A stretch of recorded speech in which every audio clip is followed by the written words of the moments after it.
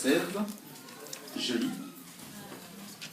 Comme j'étais en chemin et que je m'approchais de Damas, tout à coup, vers le midi, une grande lumière venant du ciel resplendit autour de moi. Je tombai par terre et j'entendis une voix qui me disait « Saul, Saul, pourquoi me persécutes-tu » Je répondis « Qui es-tu, Seigneur ?» Et il me dit « Je suis Jésus de Nazareth, que tu persécutes. » Ceux qui étaient avec moi virent bien la lumière, mais ils n'entendirent pas la voix de celui qui me parlait. Alors je dis, que ferai-je, Seigneur? Et le Seigneur me dit, lève-toi, va à Damas, et là on te dira tout ce que tu dois faire. Comme je ne voyais rien, à cause de l'éclat de cette lumière, ceux qui étaient avec moi me prirent par la main, et j'arrivai à Damas. Or, un nommé Ananias, homme pieux, selon la loi, et de qui tous les Juifs demeurant à Damas rendaient un bon témoignage, vint se présenter à moi et me dit, Saul, mon frère, recouvre la vue. Au même instant, je recouvrais la vue et je le regardais. Il dit, le Dieu de nos pères t'a destiné à connaître sa volonté, à voir le juste et à entendre les paroles de sa bouche, car lui servira de témoignage, car tu lui serviras de témoin auprès de tous les hommes des choses que tu as vues et entendues. Et maintenant, pourquoi tardes-tu?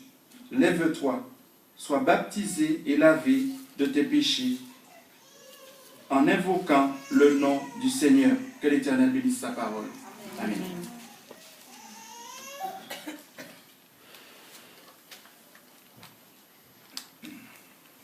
Bonjour frères et sœurs dans le Seigneur. Je rends grâce à Dieu qui permet que ce matin nous puissions être ensemble dans sa maison pour le louer et pour pouvoir partager ensemble cette parole.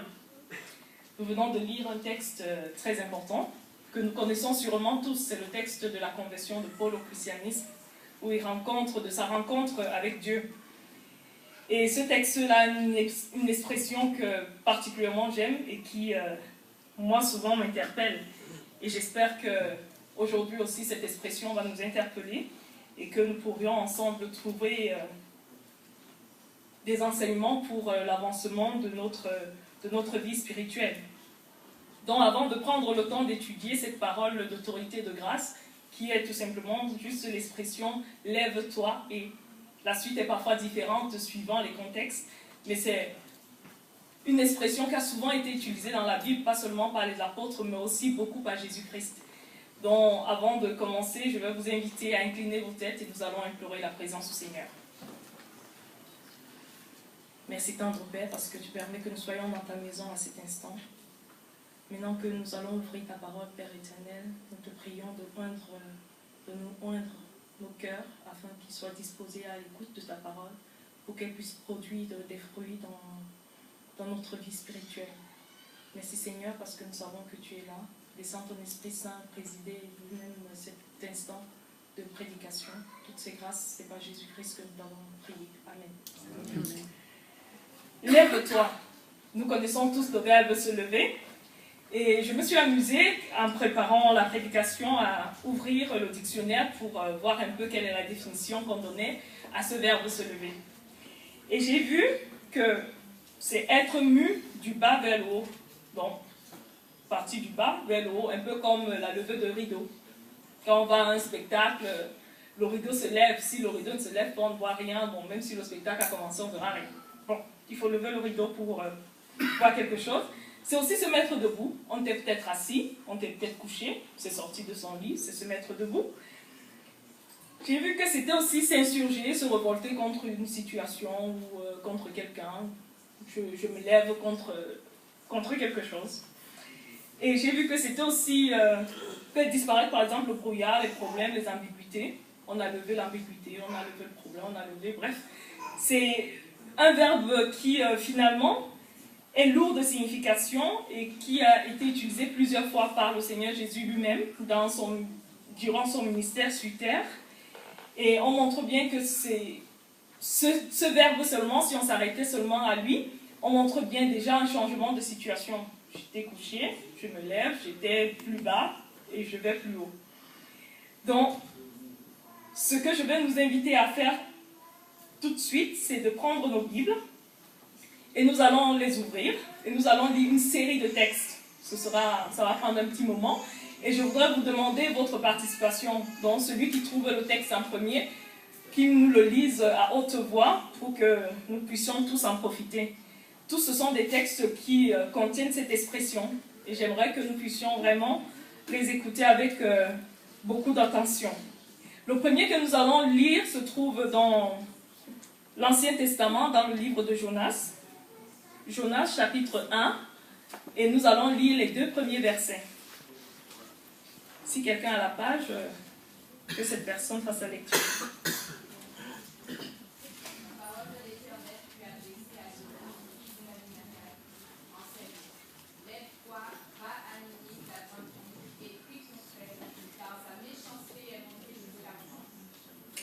Merci.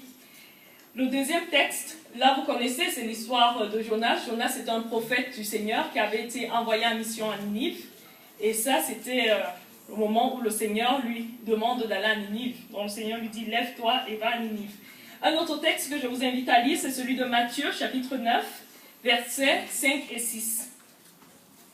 Matthieu, chapitre 9, versets 5 et 6.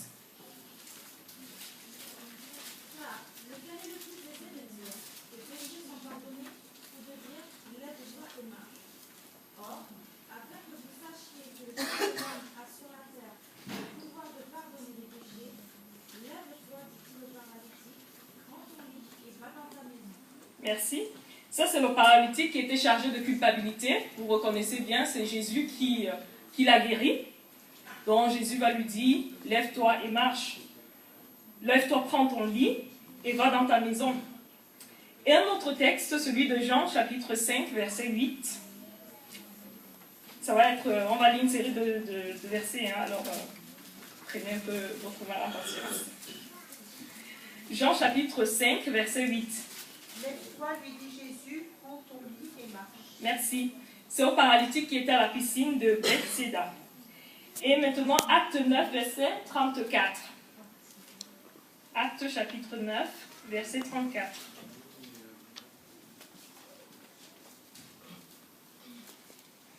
Pierre lui dit, aimé, Jésus-Christ te guérit. Lève-toi et avance ton lit. Et aussitôt il se leva. Merci. Acte 12, verset 7. Et voici un ange du Seigneur survint, et une lumière brilla dans la prison. L'ange réveilla après Pierre en le frappant au côté et en disant, lève-toi promptement, les chaînes tombèrent de ses mains. Merci. Acte 14, verset 10.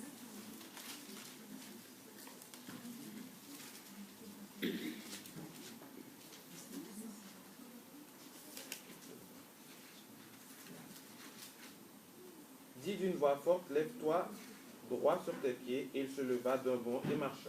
Merci. C'est l'homme de Lystre qui était important. Et nous allons lire aussi Acte 9, verset 6.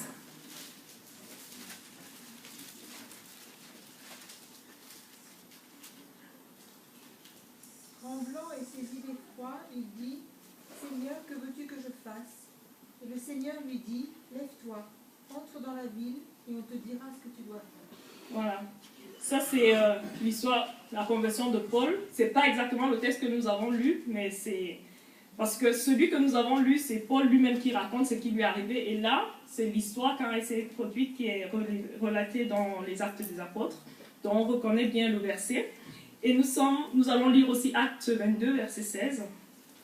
Un des textes que nous a lu notre frère tout à l'heure.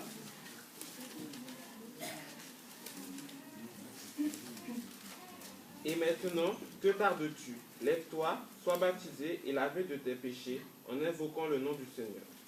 Amen. C'est toujours Paul. Et maintenant, nous allons lire Acte 9, verset 11.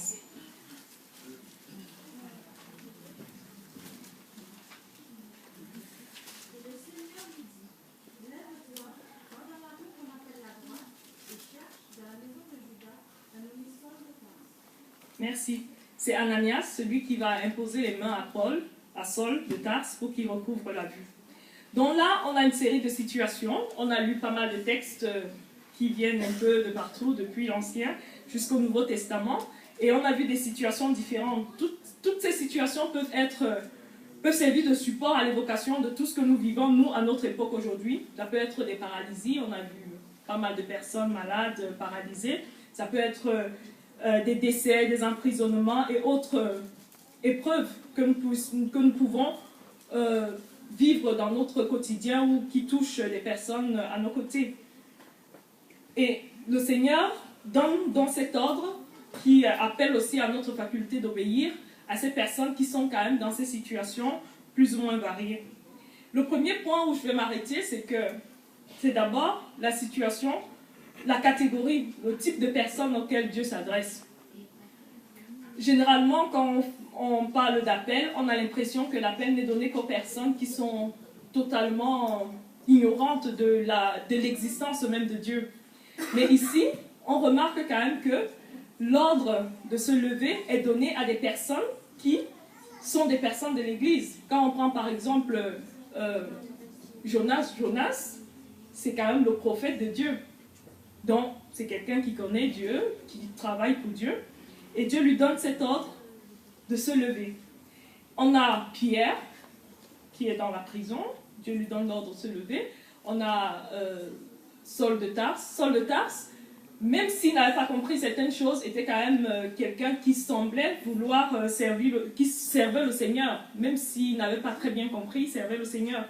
Et toutes ces personnes malades aussi, certaines avaient entendu parler de Dieu, mais n'avaient peut-être pas encore fait cette expérience vraiment avec lui.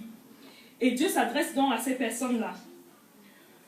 Ce qui montre que lorsque nous sommes parvenus à une certaine expérience aussi avec le Seigneur nous appelle à une obéissance.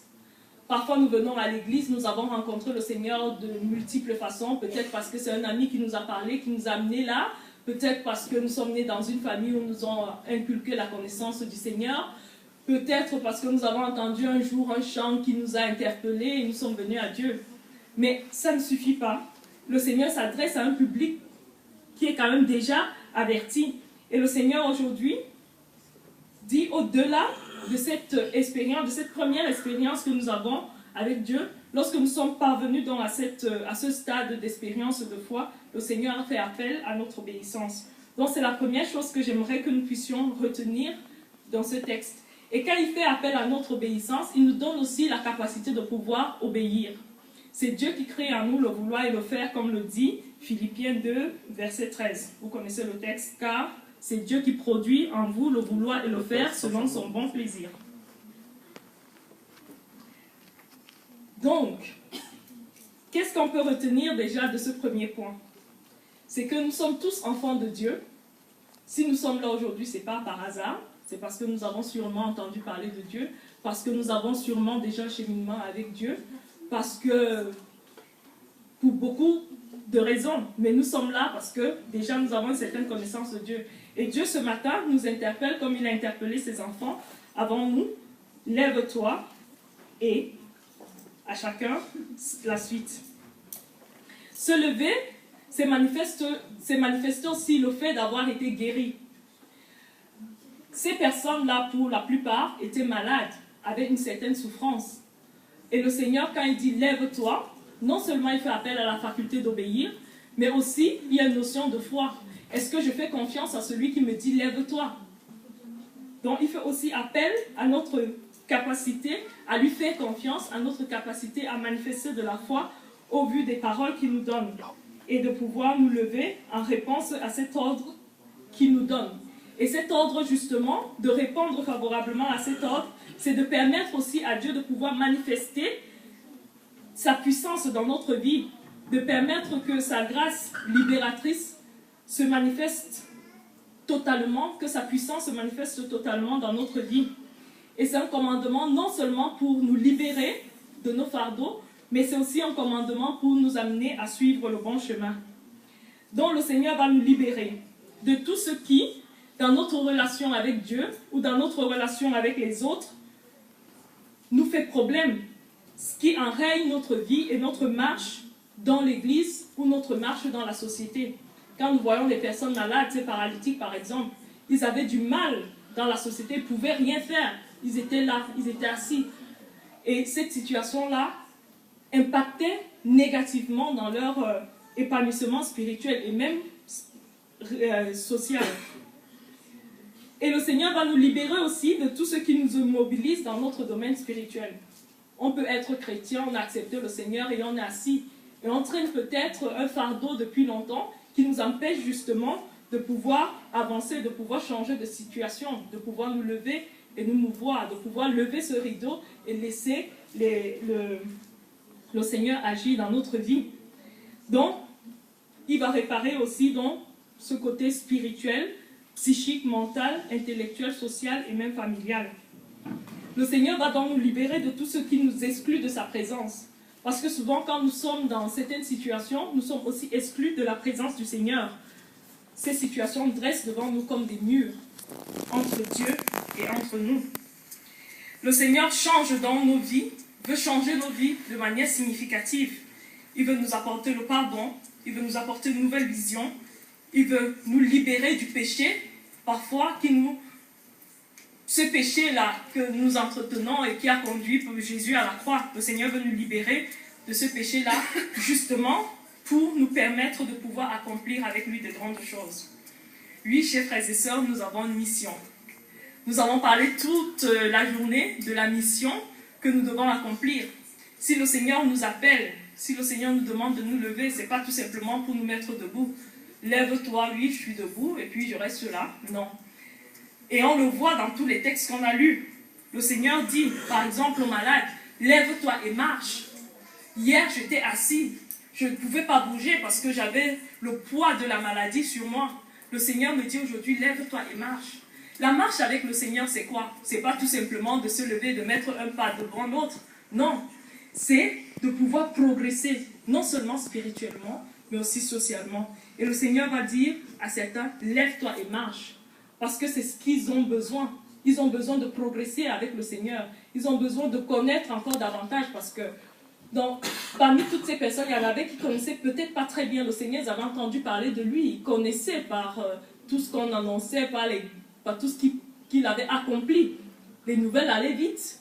Ils avaient entendu, mais ils ne le connaissaient pas. Maintenant, le Seigneur est venu à eux. Il a dit, lève-toi. Et maintenant, marche. Maintenant, grandis. Maintenant, progresse avec moi. Et c'est important. À d'autres, il a dit, lève-toi, prends ton lit, arrange ton lit et va dans ta maison. C'est quoi déjà arranger son lit? Souvent, arranger son lit, c'est aussi d'abord une attitude de repentance. J'étais dans mon confort, plus ou moins pas, en fait, ou dans mon inconfort, dans mon problème, ou dans mon péché. Et le Seigneur me dit, lève-toi, arrange ton lit. Je plie, je me repens de tout ce qui hier a fait mon problème.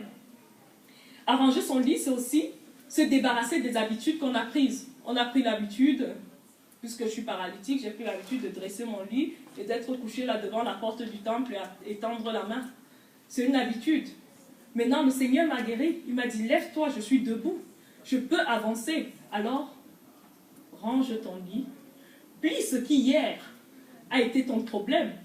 Ou plie ce qui hier t'empêchait peut-être d'avancer. Et maintenant, avance avec le Seigneur. Arranger, c'est aussi manifester l'intention de ne pas retourner à ce qu'on était hier. Hier, j'avais mon lit qui était dressé là, devant le temple. J'étais couchée parce que je ne pouvais rien faire d'autre. Maintenant, je suis guérie. Alors, je range ce lit parce que je ne veux pas retourner à cette personne qui hier n'avait pas la possibilité d'avancer. Et c'est pareil pour nous. Parce que le Seigneur nous appelle, pas seulement à rester là, à venir et à rester. Oui, je suis un bon chrétien, mais ça ne s'arrête pas là. Le Seigneur dit, mais non, avance. Range ton lit, range tout ce qui t'empêche de pouvoir avancer, de travailler pour ma cause. Et avance avec moi et grandis avec moi. On a lu l'histoire de Saul de Tarse tout à l'heure et je vous disais, Saul de Tarse n'était pas vraiment un non-croyant. Il avait quand même appris au pied de Gamaël. Il était parmi le rang, il était même dans le rang des souverains sacrificateurs. Et il avait l'habitude de donner des ordres pour aller chercher des chrétiens. Et il allait à Damas justement pour aller faire prisonnier des chrétiens parce que pour lui, il n'avait pas encore compris la mission du Seigneur, il n'avait pas encore compris le Christ, ni ce qu'il avait fait. Et tout ce qui touchait au Christ, pour lui, était encore blasphème. Et il se battait contre ça parce qu'il ne voulait pas que le nom du Seigneur prenne tâche suivant lui. Mais il était dans l'erreur. Et c'est cette erreur-là qui l'empêchait justement de pouvoir grandir avec le Seigneur. Et le Seigneur va venir à Paul. Il va venir à Saul de Tarse et il va lui dire, lève-toi. Il va d'abord lui apparaître et Saul va se rendre compte de la gravité de sa situation et il va tomber face contre terre. Et il sera dans cette situation prostré, abattu, parce qu'il se rend compte qu'il a combattu le Seigneur, celui qui semblait vouloir défendre depuis longtemps. C'est peut-être aussi notre cas.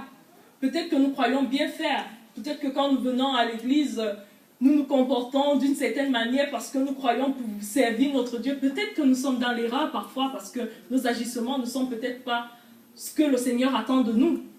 Peut-être dans notre vie, nous sommes peut-être limités dans notre évolution parce que justement nous n'avons pas pleinement compris ce que le Seigneur voudrait que nous comprenions ou encore l'enseignement que le Seigneur nous donne. Et c'est peut-être ça qui nous tire vers le bas. Et comme Paul ce matin aussi, le Seigneur nous dit, lève-toi, sors de ton ignorance et apprends. Va et on te dira quoi faire. Entre dans l'église, apprends, ouvre ton cœur, participe, soit à l'école du sabbat ou je sais pas, ou dans l'étude avec les frères. Apprends à me connaître et grandis spirituellement. C'est aussi une façon d'avancer et de marcher avec le Seigneur. Il y a un temps pour se postrer. Parfois, on comprend bien qu'on est mal avec le Seigneur. Parfois, on pleure, on est souffrant parce qu'on a blessé notre Dieu. Mais on s'arrête là. On pleure et on ne se relève jamais. On est bien triste. Mais il y a un temps pour être abattu. Il y a un temps pour se postrer. Il y a un temps pour pleurer. Et le Seigneur dit, oui, maintenant tu as compris. Maintenant tu as compris ta situation. Maintenant tu as compris le mal que tu as pu commettre. Lève-toi et entre dans la maison de ton Père. À nous aussi ce matin, le Seigneur le dit. Et nous avons lu aussi Ananias, celui qui a imposé les mains à Paul, à Saul de Tarse.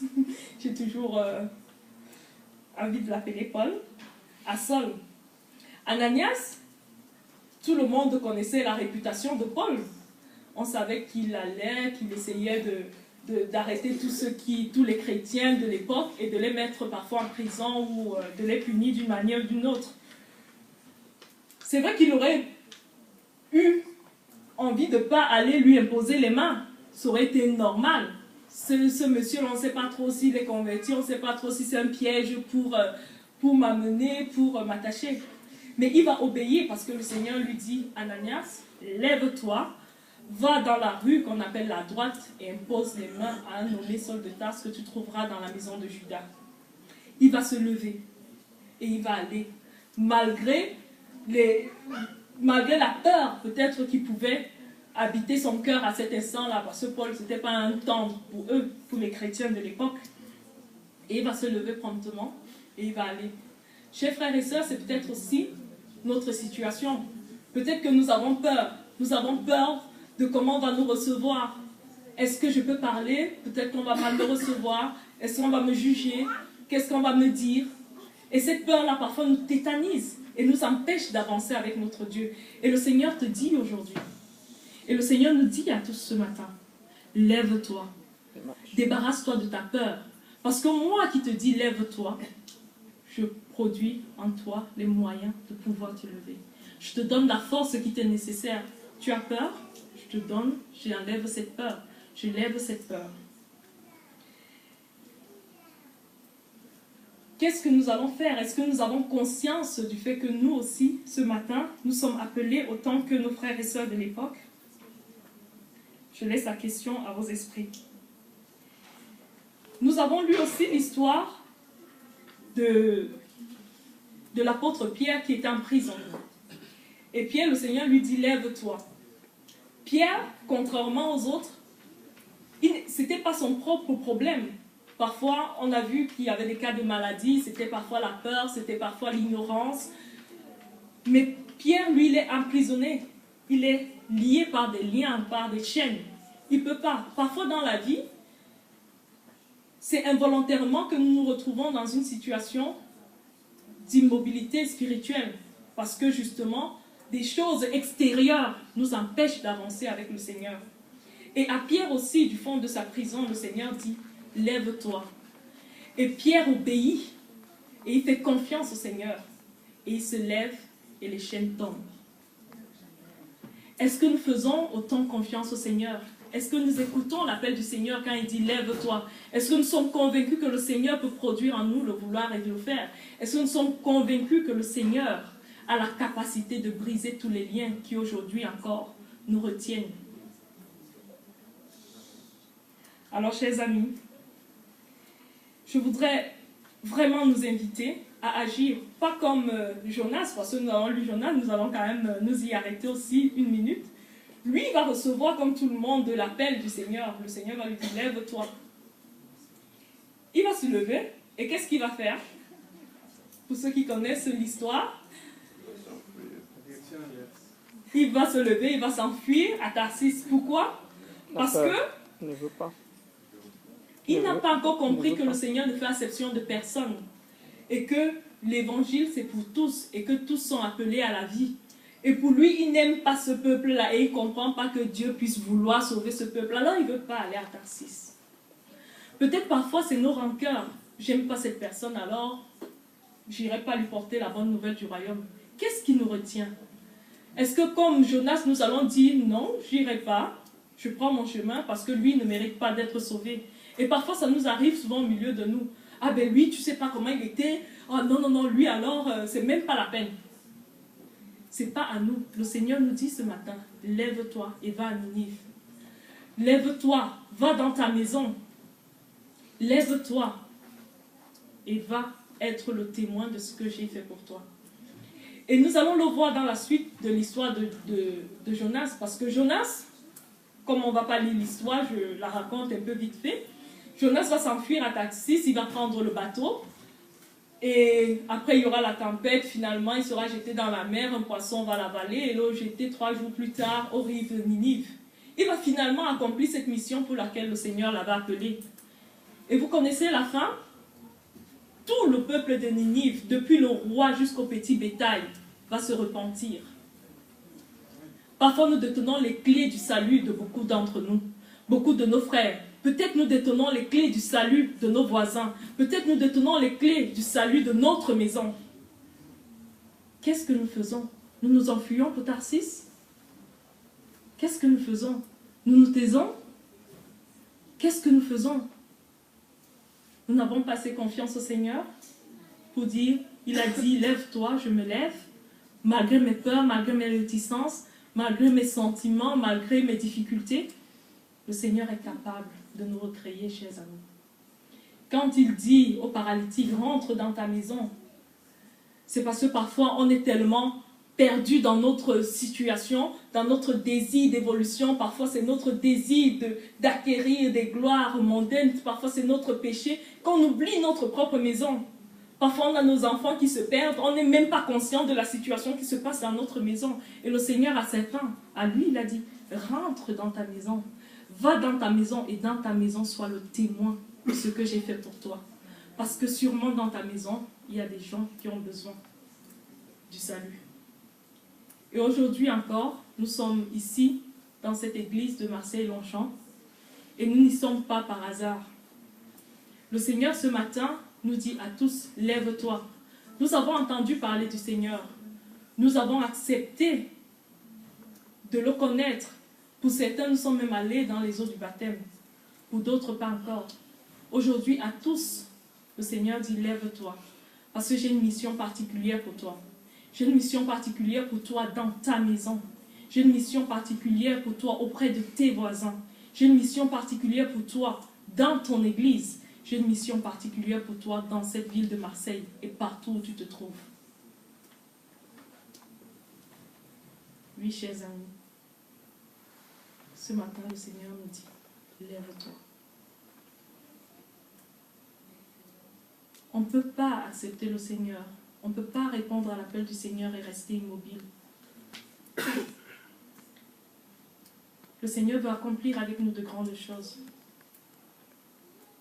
Le Seigneur ne veut pas que nous restions passifs pendant qu'il y en a qui se meurent. Et ce matin encore, on parlait de la mission de l'Église. Et dernièrement, je me rappelle ici, dans cette Église, on a écrit une mission. Et j'entendais un responsable de l'Église ne pas comprendre pourquoi personne n'inscrivait son nom pour participer à cette mission qui nous est commune. On ne peut pas rester passif dans la maison du Seigneur. Le Seigneur nous appelle ce matin, comme il a appelé Paul, comme il a appelé Pierre, comme il a appelé Jonas, et comme il a sorti tous ces malades de leur souffrance. Il a dit, lève-toi et marche. Lève-toi et va. Lève-toi et sois un témoin, où que tu sois, où que tu te trouves. Parce que beaucoup sont là et attendent. Peut-être que nous sommes le Jonas de Ninive. Qui sait? Alors ce matin, je voudrais nous inviter. J'espère que nous sommes conscients déjà du fait que le Seigneur nous appelle, chacun particulièrement. J'espère que nous sommes conscients du fait que nous avons chacun une mission particulière à accomplir. Donc je vais vous le demander, pour ceux qui se sentent l'appel, ou qui sentent peut-être cette peur, cette gêne ou un souci, quelle que soit la situation, et qui aimeraient participer à cette mission du Seigneur, qui aimeraient avec Dieu accomplir de grandes choses, je vais vous inviter à vous lever. Je vais vous inviter à vous lever, à vous mettre debout, et je vous donnerai une minute de prière silencieuse où chacun d'entre nous lèvera son cœur au Seigneur pour lui dire, me voici Seigneur, j'ai besoin de te servir. Voici ma souffrance. Peut-être nous ne la connaissons même pas, mais présentons-nous au Seigneur. Et le Seigneur saura faire ce qu'il y a de mieux pour chacun d'entre nous. Parce que souvent les malades ont appelé le Seigneur, ils ont dit, Seigneur, guéris-moi, parce qu'ils ne pensaient qu'à leurs problèmes physiques. Et le Seigneur les a guéris aussi spirituellement, parce que le problème était peut-être plus profond. À certains, il a dit, tes péchés te sont pardonnés, parce que aussi cela était important. Le Seigneur nous appelle aujourd'hui, nous ne savons peut-être pas quelle est notre difficulté, ou encore peut-être nous le savons. Mais si nous voulons servir le Seigneur, si nous voulons que le Seigneur fasse son œuvre en nous, je vais vous inviter, pour tous ceux qui le veulent ce matin, de vous lever.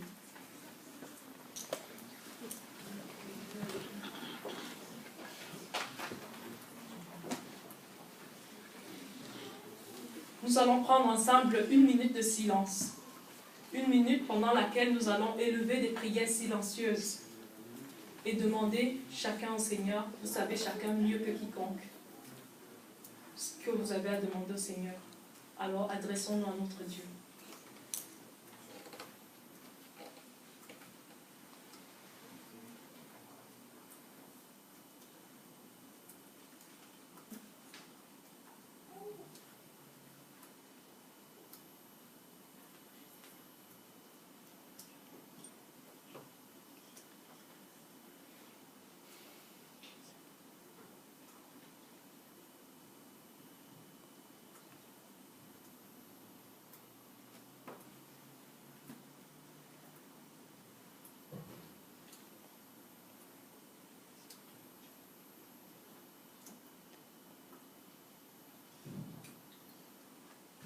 Père éternel, tu as entendu le cœur de tes enfants s'élever vers toi ce matin. Ces enfants qui veulent se lever pour ta cause. Tes enfants qui ont entendu ton appel et qui disent, me voici Seigneur, envoie-moi.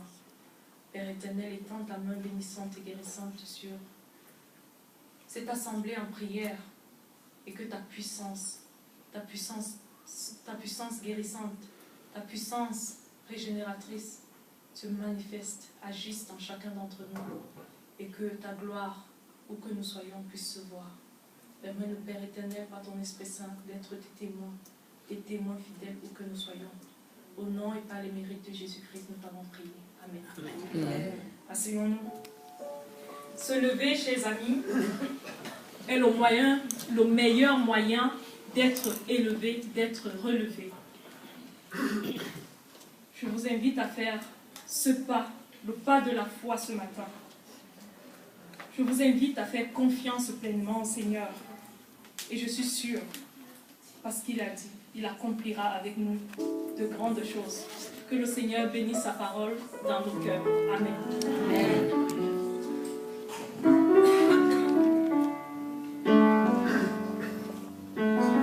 Nous remercions Sarah pour ce message et que Dieu nous aide vraiment à méditer sur toutes ces paroles et les mettre en pratique dans nos vies. On peut terminer notre service ce matin. Nous allons chanter les paroles du numéro 386 dans Donner du gloire. Le 386.